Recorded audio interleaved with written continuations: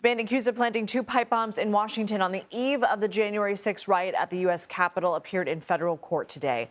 Brian Cole Jr. faces 2 charges: attempted malicious destruction by fire and explosives and transporting an explosive device across state lines. The 30-year-old did not enter a plea.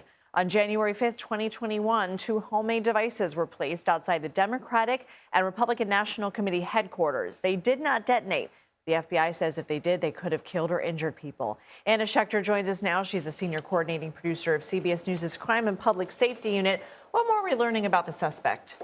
Well, he's 30 years old, so he was about 25 when he allegedly carried out this potential attack by laying these bombs. He lives with his parents, so he was arrested on a cul-de-sac, a middle-class, upper-middle-class neighborhood. In fact, his family was there in court at his initial appearance, and even some of them said, "I love you," as he was walking out. So he does have a lot of family support. We've learned from our sources that he's believed to be a Trump supporter. And so still lots of questions about motive, why he would do this. Of course, my big question is what kind of mental health struggles he might have been having.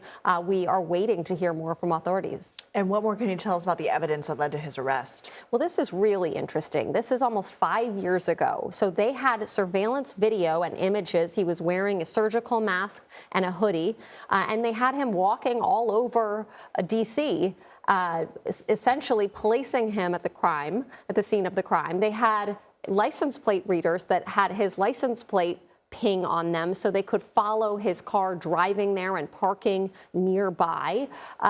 Then also they used cell phone tracking data as well. I'm curious to hear if there was any DNA left. We have not heard about that, but that surveillance footage did help, and that was really the bulk of it. And what's so strange is that no new evidence was entered into the record or into their file in the recent months. It was just a re-looking at what they had already gathered several years ago. Fresh eyes. Okay, Anna Schecter, thank you.